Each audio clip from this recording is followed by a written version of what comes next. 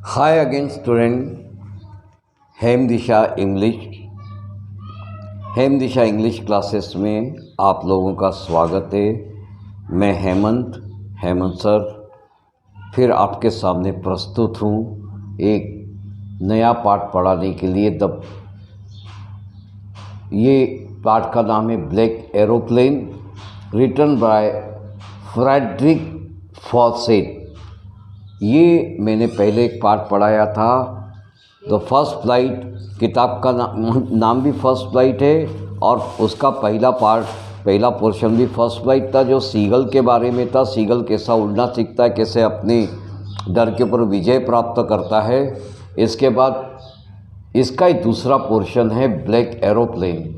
इस black aeroplane में एक बहुत कारनामा सा है, अचंभा सा है, आप जैसा भी समझिएगा।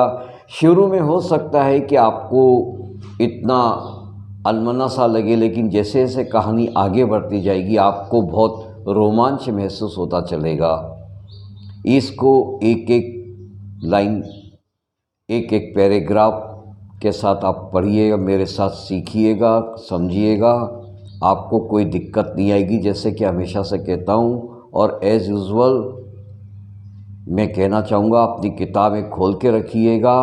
गाइड का इस्तेमाल बिल्कुल मत कीजिएगा, किताब ही खोलिएगा। और एक बात मुझे शायद कहने की अब ज़रूरत नहीं है, मेरा चैनल आपको पसंद आता है तो इसको सब्सक्राइब कीजिए, बेल आइकन घंटी दबाइएगा, लाइक और शेयर कीजिएगा अपने दोस्तों के साथ। आपको हमारे आने वाले नोटिफिकेशन समय समय पर मिलते रहेंगे। आइए तो चालू करते हैं lesson 3 first flight class 10th का ब्लैक एरोप्लेन नाम का पाठ, जिसके लेखक हैं फ्रेडरिक फॉसेट। ये एक पायलट का अनुभव इसमें कैसा रहा वो आपको बताया जा रहा है। तो आइए स्टार्ट करते हैं। The moon was coming up in the east. रात का समय था, चंद्रमा पूर्व से ऊपर आ रहा था। Behind me and stars were shining in the clear sky. ये पायलट कहता है कि रात का समय था, चंद्रमा पूर्व से ऊपर की तरफ आ रहा था और साफ आसमान में मेरे ऊपर तारे टिमटिमा रहे थे। And stars were shining in the clear sky above me. There wasn't a cloud in the sky. एक भी बादल नहीं था। I was happy to be alone high up above the sleeping countryside. मैं खुश था कि मैं अकेला उस सोते हुए प्रदेश के ऊपर उड़ रहा हूँ। मैं अपने पुराने डकोटा हवाई जहाज में फ्रांस के ऊपर था। I was happy to be alone high up above the sleeping countryside. I was flying my old Dakota aeroplane over France back to England. वो अपना डकोटा प्लेन उड़ा रहा था क्योंकि उसको एक खुशी सी हो रही थी। क्या खुशी हो रही थी कि I was dreaming of my holiday and looking forward to being with my family. I looked at my watch 1:30 in the morning। वो पायलट बहुत खुश था। वो अपने बारे में बताता चला जा रहा था कि मैं अपने पुराने डकोटा हवाई जहाज़ से फ्रांस के ऊपर था और इंग्लैंड वापस जा रहा था। मैं अपने छुट्टियों की कल्पना कर रहा था और अपने परिवार के साथ होने का इंतज़ार कर रहा था। मैंने अपनी घड़ी देखी, सुबह के 1:30 बजे थे। उसका क्या विचार था कि दूसरे दिन लंदन इंग्लैंड में जाके अपने फैमिली के साथ नाश्ता करेगा, खाना खाएगा। तो इस खुशी में, और उसको आसमान भी साफ दिख रहा था, तो बड़ा आनंदित और रोमांचित हो रहा था। आइए आगे बढ़ते हैं। I should call Paris control soon. मैंने सोचा कि मुझे पेरिस कंट्रोल कर्मियों को सूचना दे देनी चाहिए। I thought as a look down past the nose of aeroplane. जैसे मैंने हवाई जहाज के सामने के हिस्से को देखा, तब क्या हुआ? I saw the light of big city in front of मी। मुझे शहर की रोशनी अपने सामने दिखने लग गई और मैंने रेडियो चालू कर दिया। I switch on the radio and said, Paris control, Dakota DS 088 here. Can you hear me? I am on my way to England. Over. Paris control Dakota DS 7088 से मैं बोल रहा हूँ। क्या आप मुझे सुन पा रहे हैं? मैं इंग्लैंड पहुंचने वाला हूँ, ओवर कह के उसने अपना बोलना बंद कर दिया। तो उतने में क्या हुआ, the voice from the radio answered me immediately, DS088 I can hear you, you ought to turn 12 degrees west now, DS088 over. तुरंत ही रेडियो से आवाज़ आई, DS088 मैं आपको सुन सकती हूँ, अब आपको 12 डिग्री पश्चिम की तरफ मुड़ना है, DS088 over. I checked the map and the compass, switched over to my second and last fuel tank and turned the Dakota 12 degrees west toward England. मैंने नक्शे और दिशा सूचक यंत्र को देखा, नक्शा था मेरे पास, दिशा सूचक यंत्र भी था, इनको मैंने देखा और दूसरे और आखिरी ईंधन के टैंक के संचालन पर आ गया और डकोटा को 12 डिग्री पश्चिम इंग्लैंड की तरफ मोड़ दिया। I will be in time for breakfast, I thought, a good big English breakfast, everything was going well, it was an easy flight. मैं सोचता रहा, मैं रोमांचित होता रहा, मैं उत्साहित होता रहा। क्यों? क्योंकि मेरे को खुशी हो रही थी, मैं नाश्ते के समय तक ठीक अपने फैमिली के पास पहुंच जाऊंगा। एक अच्छी तरह से होने वाला इंग्लिश शाही नाश्ता, सब कुछ ठीक ठाक चल रहा था। एक सिंपल सी, सरल सी, सादी सी उड़ान थी ये तो। Paris was about 150 kilometres behind me when I saw the cloud. Paris अब 150 किलोमीटर पीछे रह गया था जब मैंने बादलों को देखा। स्टॉर्म क्लाउड्स, वो तूफानी बादल थे। They were huge, they looked like black mountains standing in front of me across the sky. अब मेरे को क्या देखा, मैंने तूफानी बादल देखे, वो बहुत विशाल थे, वे आसमान में काले पहाड़ों की तरह लग रहे थे और मैं जानता था कि मैं उनके ऊपर से नहीं उड़ पाऊंगा। I knew very well, it was known to me that I could not fly up the over them and did not have enough the fuel to fly around them the north or south. अरे बाबा, ये तो थोड़ा सा विचारणीय विषय हो गया, क्योंकि मेरे को मालूम था मैं इनके ऊपर से तो नहीं उड़ पाऊंगा। मेरे पास पर्याप्त ईंधन भी नहीं है कि मैं उनके चारों तरफ उत्तर या दक्षिण में चक्कर लगाऊं। अब क्या किया जाए भाई? I ought to go back to Paris, I thought, but I wanted to get home. I wanted to have that breakfast. यहाँ मैं दुविधा में पड़ गया। मैंने सोचा इस परिस्थिति में क्या करूँ, क्या मुझे पेरिस ही वापस जाना पड़ेगा या मैं जो चाहता हूँ वो हो जाए। मैं घर पहुँचना चाहता था, मैं वहाँ पे नाश्ता करना चाहता था। I will take the risk, चलो देखा जाएगा, जो होगा सो देखा जाएगा, मैं तो जोखिम लूँगा। I thought and eye flu that old Dakota state into the storm. और मैंने सोचते हुए कि चलिए मैं रिस्क लेता हूँ, मैं जोखिम लेता हूँ और अपने पुराने डकोटा को तूफान में ही मैंने आगे बढ़ा लिया। ईश्वर का नाम लिया और मैंने आगे बढ़ा लिया। Inside the cloud everything suddenly black. बादलों के तूफान में सब कुछ अंधकारमय थे, सब कुछ अंधकार था, अंधेरा था। It was impossible to see anything outside in the aeroplane. इस अंधकारमय प्रभाव से क्या हो गया, हवाई जहाज के बाहर कुछ भी देखना असंभव था। मैं देख नहीं पा रहा था भाई। The old aeroplane jumped and twisted in the air. हवाई जहाज के बाहर कुछ देखना असंभव था। पुराना हवाई जहाज हिचको ले रहा था, हवा में मुड़ रहा था। Jumped and twisted मतलब हिचको ले रहा था। I looked at the compass. मैंने दिशा सूचक यंत्र देखा, कंपास का मतलब। I could not believe my eyes. मुझे अपनी आंखों पर विश्वास ही नहीं हुआ, मैं अपनी आंखों पर विश्वास ही नहीं कर पा रहा। अरे इतना अच्छे साफ मौसम से मैं उड़ा था, अब ये क्या हो गया? So I could not believe my eyes. The compass was turning round and round and round.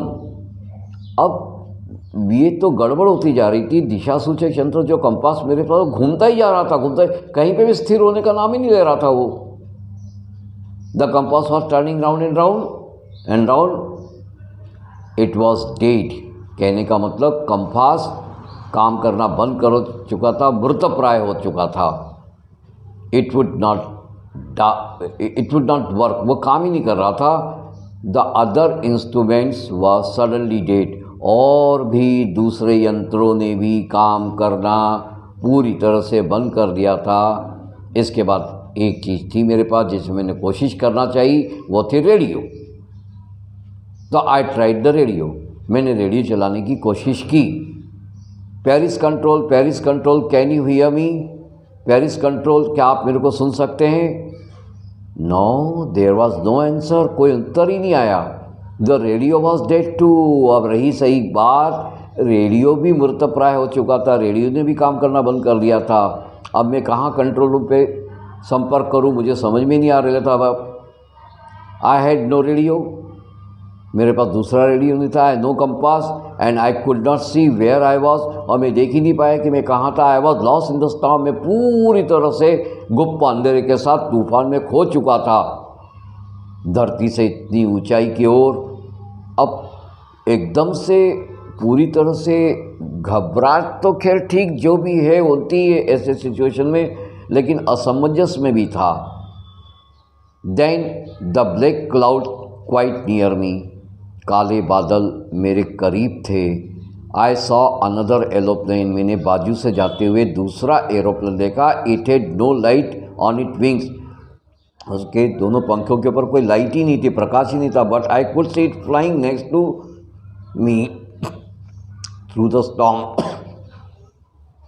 तूफान के साथ वो बढ़ता चला जा रहा था और मेरे आगे आगे साइड से आके, बाजू से आके सीधा निकल के मेरे आगे हो गया। आई could see the pilot face, मैंने सिर्फ पायलट का चेहरा देखा। टर्न टूवर्ड्स मी, मेरी तरफ घूमता हुआ आया। I was very glad to see another person. चलो थोड़ा सा रिलैक्स मिला। इस अंधेरी तूफानी रात में चारों तरफ से बादलों से घिरा हुआ, तो उसके पास में मैंने दूसरा प्लेन देख के उसके पायलट के चेहरे को देखा, तो मेरे को थोड़ा सा रिलैक्स मिला कि चलिए कोई दूसरा व्यक्ति मेरे को देखने तो मिला इस पोजीशन में। ही lifted one hand and waived, उसने एक हाथ उठाया और लहराया, मेरे को इशारा दिया कि I am here, follow me. उसके कहने का मतलब था follow me, he was saying follow me. हाँ, आप एक काम करो, वो कह रहा था मेरा अनुसरण करो, मेरे पीछे आओ। He knows that I am lost. I thought he is trying to help me. मुझे लगा कि उसे पता है कि मैं खो गया हूँ, वो मेरी मदद करने की कोशिश कर रहा है। He turned his aeroplane slowly to the north. उसने उत्तर की तरफ अपना प्लेन धीरे से घुमाया। In front of my Dakota, मेरे डकोटा के सामने से, और मैं आज्ञाकारी बच्चे की तरह उसके पीछे चलता रहा। उसने मेरे को इशारा तो दे दिया था। I was very happy to go behind the strange aeroplane like an obedient child. वही आज्ञाकारी पुत्र जैसा एक किसी का पालन कर रहा, उसी की तरह से मैं उसके पीछे अपना प्लेन लगा दिया, डकोटा लगा दिया। After half an hour the strange black aeroplane was still there in front of me in the cloud. लगभग आधे घंटे के बाद भी वह काला हवाई जहाज बादलों में मेरे आगे आगे ही चल रहा था। Now there was only enough fuel in the old Dakota's last tank to fly for 5 or 10 minutes more. अब क्या हुआ, मेरे डकोटा के आखिरी टैंक में सिर्फ इतना ही ईंधन बचा था कि 5-10 मिनट और उड़ सके, इससे ज़्यादा कि उसकी कैपेसिटी मेरे को तो नहीं लग रही थी। There was only enough fuel in the old Dakota's last tank to fly of 5 or 10 minutes more. I was starting to feel frightened again. मेरे को फिर से डर लगने लग गया। अब वो तो सचमुच में डरने वाली बात ही थी। टैंक में फ्यूल नहीं है, अंधेरा है, ठीक है, एक आदमी, एक पायलट मेरे बगल के प्लेन से मेरी मदद कर रहा है, लेकिन अब यहाँ दूसरी प्रॉब्लम खड़ी हो जाएगी कि फ्यूल ख़त्म होता जा रहा है। But Then he started to go down and I followed through the storm. मैं इतने घबरा जाने के बावजूद भी मैंने देखा वो नीचे की तरफ जा रहा था और मैं तूफान में उसके पीछे की तरफ जाना मैंने चालू कर दिया। Suddenly I came out of the cloud and saw 2 long straight lines of light in front of me. अचानक मैंने तूफान के बाहर आया और अपने सामने रोशनी की 2 लाइनें देखी। यह तो हवाई पट्टी थी। Oh, it was a runway an airport. I was safe, इसका मतलब मैं सुरक्षित था। I turn to look for my friend in black aeroplane. मैं अपने दोस्त को देखने के लिए काले हवाई जहाज की तरफ मुड़ा, पर यहाँ तो आसमान एकदम खाली था। But the sky was empty, there was nothing there. The black aeroplane was gone, I could not see it anywhere. I landed and was not sorry to walk away from that old Dakota near the control tower. I went and asked a woman in a control center where I was and who the other pilot was. I wanted to say thank you.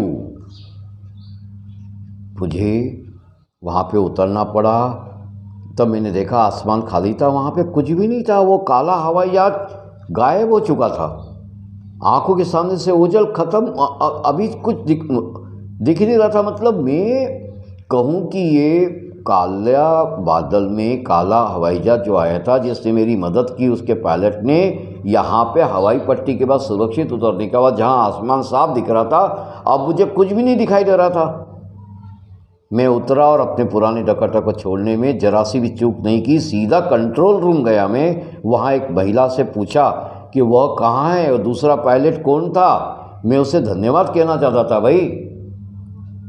She looked at me very strangely and then laughed. उसने मेरे तरफ देखा और हंसने लग गई। Another aeroplane? कौन से अनदर? दूसरे प्लेन की बात कर रहे हो? कौन से एरोप्लेन की बात कर रहे हो भाई? अब देयर इज स्टॉर्म, इस तूफान में दूसरा एरोप्लेन और? No no no no, other aeroplane was flying tonight.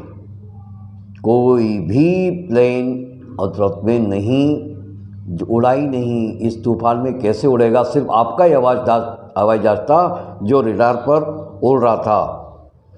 Yours was the only one I could C on the radar. So who helped me in arrive there safely without a compass, a radio, and without my bob fuel in my tanks? Who was the pilot on the strange black aeroplane flying in the storm without light? अरे तो आप ऐसा कह रही हो, ठीक है, मैं मानता हूँ आपकी बात। इस तूफान में दूसरा हवाई जहाज नहीं हो सकता, लेकिन फिर भी मेरी मदद किसने की मुझे यहाँ सुरक्षित लाने में? बिना किसी दिशा सूचक यंत्र के, बिना किसी ईंधन के, उस रहस्यमयी काले जहाज का पायलट कौन था जो तूफान में बिना रोशनी के उड़ रहा था? मैं आखिरी पैराग्राफ को फिर से पढ़ना चाहूँगा, ये जरा गौर कीजिएगा। So who help me to arrive there safely without a compass और a radio and without any more fuel in my tank? Who was the pilot on the strange black aeroplane flying in the storm without light? तो फिर किसने मेरी मदद की मुझे वहाँ सुरक्षित लाने में? बिना रेडियो या दिशा सूचक यंत्र के, बिना ज़्यादा ईंधन के, उस रहस्यमयी काले जहाज़ का पायलट कौन था जो तूफान में बिना रोशनी के उड़ा रहा था? यहाँ पे आके विद्यार्थियों ये पाठ समाप्त होता है। अब सोचिएगा कौन हो सकता है, क्या नहीं हो सकता है। यहाँ पे लेखक ने हमको सोचने के लिए बाध्य किया है। क्या कोई आत्मा थी? क्या ईश्वरीय रूप था उस आदमी के रूप में? या इस पायलट की किस्मत में अभी आगे और जीवन लिखा था खुश रहने के लिए? इन दोनों पार्ट का मतलब जो है, इन दोनों पोर्शन इस पार्ट के फर्स्ट फ्लाइट 10th क्लास की जो फर्स्ट फ्लाइट से पार्ट है, इसमें कि एक सीगल का पार्ट था और दूसरा इसमें कभी भी मुसीबत आ जाए अपने आँखों के सामने, अपने हाथ में एक ही चीज़ रहती कि अपन साहस से काम लें। यदि साहस अपन दिखाते हैं, कहते हैं कि हिम्मत मर्दा मदद खुदा। इन पाठ का ये कहना बहुत सरल है, पालन करना बहुत कठिन है, लेकिन असंभव भी नहीं है। ये दोनों पाठों में आपके लिए सीखने के लिए बहुत अच्छा उद्देश्यपूर्वक चीज़ें हैं। आप इसका फॉलो कर सकते हैं अपनी ज़िंदगी में। और मैं फिर से हमेशा की तरह कहूँगा, ये पाठ आप पढ़ते जाइए, सुनते जाइए, समझते जाइए, इसके बाद क्वेश्चन आंसर्स याद करेंगे तो आपको कोई दिक्कत नहीं रहेगी। So come on students, be happy, get good marks and allow yourself to live happily, have a lavish life. Goodbye. I will be here again to teach you next lesson, next chapter. Till that, goodbye. Have a nice day, have a nice time, have a nice life. Jai Hind, Jai Bharat. Thank you very much.